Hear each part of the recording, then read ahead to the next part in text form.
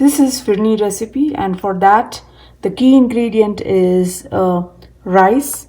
Now this rice is raw. It was measured as half a cup and then I soaked it, and it's basmati rice. So, and then we have close to half cup of sugar.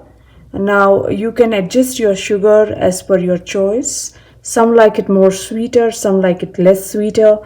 So you can add or remove some quantity based on your choice.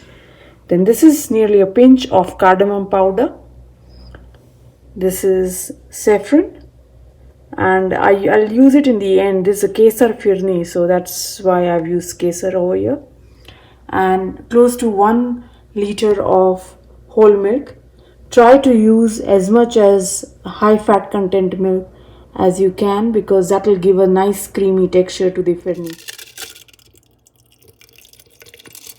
So what I'm going to do now is grind this rice, soaked rice.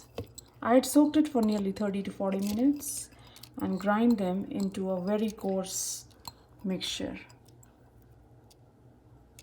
Please do not add a lot of water in it while grinding, otherwise you will have to take more time. It will take more time to burn out that water, extra water. So this is how it looks after I have finished grinding it. I didn't want to record that part because it becomes very noisy, and yeah, I might have to edit it. But this is how it looks like, and it should be very coarse. Try not to do it very fine, otherwise you won't get the correct texture for the Phirni. So yeah, so I'm adding close to 1 liter of milk. I'm measuring it with my cup so I get the textures accurately.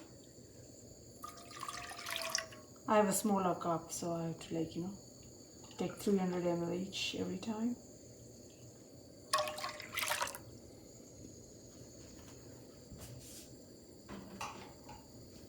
At this point of time, let the milk warm up a little bit and then we'll add our rice. So now I'll add my coarse mixture. Key of this recipe is you have to continuously stir it once you have added the rice, and otherwise you might get lumps. So just heat up the milk a little bit and then you add the rice, and then just keep on stirring.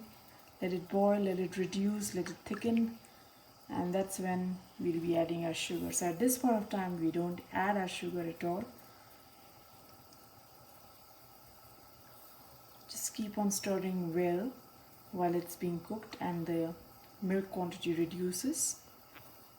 So it's nearly 5 minutes since I have been cooking the milk and the rice mixture, and it started thickening a little bit, if you see, and it started boiling. So that's when you have to continuously stir it just to make sure that there are no lumps, just so that we get that perfect creamy smooth texture of Phirni.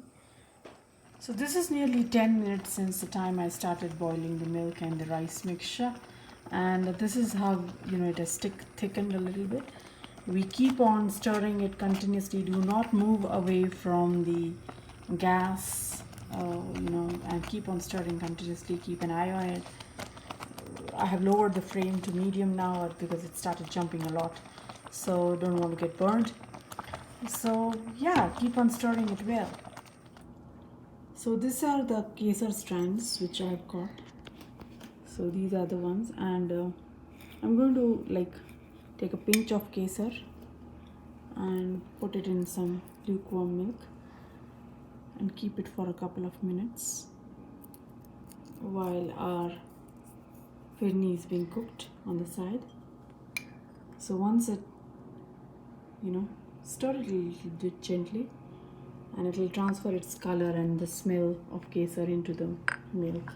And this we are going to add it in Phirni later. So this is a mixture after nearly 12 to 15 minutes of boiling, and this is when you want to add your sugar. So this is a little less than half a cup of sugar. I will not add all of them. Add a little at a time and taste, and then add the remaining bit. I've kept this much on the side so that I know if I need to add more or I'm happy with the sweetness. Sometimes it also depends on the type of sugar you use. For me, it definitely changes, so be careful about that one. So Phirni is now ready. If you see, the texture is now really thick. Make sure you use a thick bottom pan because it sticks a lot if you see on the edges. So whenever you are stirring, just be careful that you take everything from the edges, and the cream which gets accumulated when the milk boils will be incorporated in this Phirni. It tastes much better that way. I did not end up using all the sugar which I had mentioned. I just used around 1/4 cup. So adjust your sugar taste as per your taste buds. I'll be adding the cardamom and the saffron once the mixture of Phirni cools a little bit. So I'll add the saffron milk now. Saffron mixture. It's got a good color.